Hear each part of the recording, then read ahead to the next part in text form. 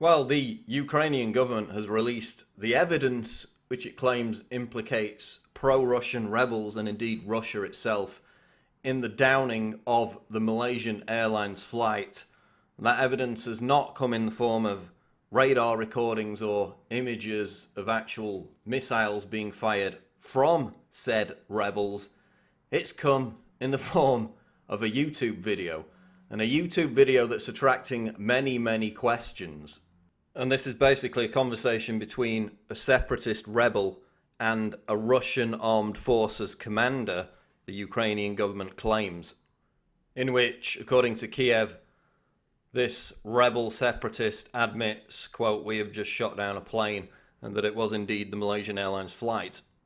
One of the issues that's been raised with this video is that it appears to have been created the day before the Malaysian Airlines flight went down.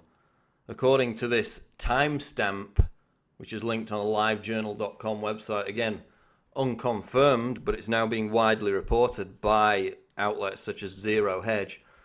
And here we see the fact that the video was uploaded originally by the Ukrainian government in the early hours, the early minutes of the 18th last night. But if you actually go into the encoding information of the video file itself, which of course is the same for virtually any file on a computer, you can go and see when it was actually created. That gives us the date of the 16th, the day before the Malaysian Airlines flight was shot down. So if this timestamp is accurate and it comes from the actual video uploaded by the Ukrainian government, which of course is not confirmed, then it appears as though they created the tape, supposedly of the rebel commander talking to the Russian forces commander, the day before the actual plane was downed. So they had their evidence lined up to implicate Russia in the downing of the aircraft. And this is, of course, different from what you may have seen in the past, which is, claims about, oh, this Facebook page was created before this incident happened. Well, that's explainable with Facebook. You can create a page and then change it to something else after the fact. You can't do that with the encoding timestamp of a video.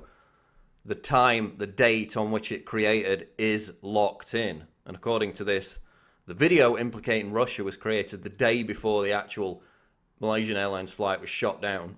And of course, the other question is, how do we know that these two individuals aren't just actors reading off a script?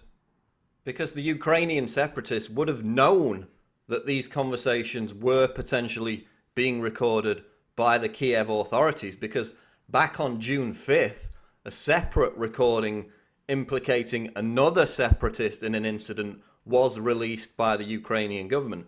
So we're to believe that if this original recording was genuine, that they then took no steps whatsoever to encrypt their communications in the month and a half that followed, allowing Ukraine to then frame them for this downed airliner. Another question to arise out of this is, why was MH17, the Malaysian Airlines plane, diverted so it flew directly over restricted airspace over a conflict zone? As you see from this map, the 10 flights beforehand, before yesterday's shootdown, were over non-restricted, non-conflict zone airspace. It was only yesterday, for the first time it appears, that this plane flew over the region where it could have expected to encounter the threats associated with flying over a conflict zone. And here again is the flight path from 2 days before and 1 day before, avoiding the conflict area in eastern Ukraine. 17th flight flew directly over it. Was the plane diverted? It certainly looks as though it was. If so, who gave that order to divert the airliner? Now, of course, the only missile system, according to Ukrainian authorities, that could have downed this airliner was the Russian-made Buk missile system, which they claim Ukrainian rebels had seized control of shortly before this incident. But now, as the BBC reports, Ukraine's Prosecutor General, Vitaly Yerema, has cast doubt on this, telling media, quote, "The military told the president after the passenger plane had been shot down that the terrorists did not possess our Buk missile systems." So that's not coming from the separatists, that's not coming from, pro-Russian propaganda, that's Ukraine's Prosecutor General admitting that the military told the president immediately after the incident that these terrorists did not possess the capability or even the possession of the missile system itself to shoot down the airliner.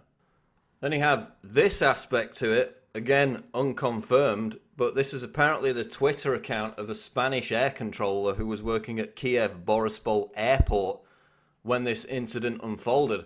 And according to his Twitter feed at the time, the Ukrainian authorities knew immediately that the plane had been shot down, and this air controller claims that Ukrainian fighter jets were in the vicinity of the Malaysian jet 3 minutes before it was shot down.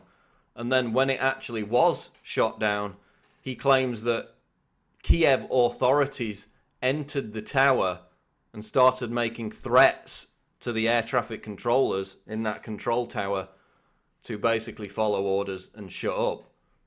At the time, apparently, he was frantically tweeting, "They will take from our phones and others stuff at any moment before they remove my phone or they break my head, shot down by Kiev." That's apparently the testimony of an air traffic controller working in Kiev Borispol Airport at the time of the downing of the airliner.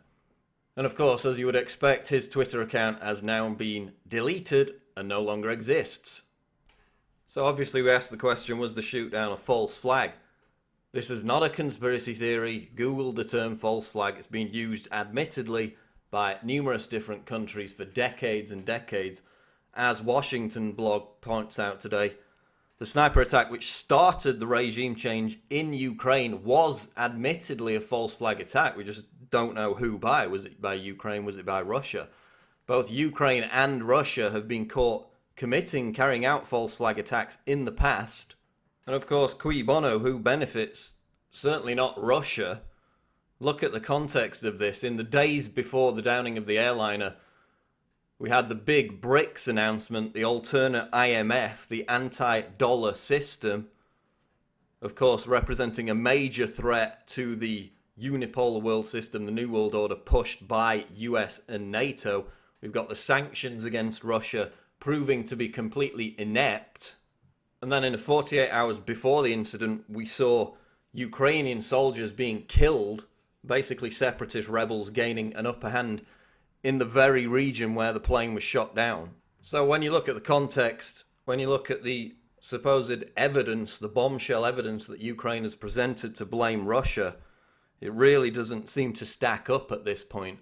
Of course, everything's still evolving, and we will continue to keep you updated. This is Paul Joseph Watson reporting for Infowars.com.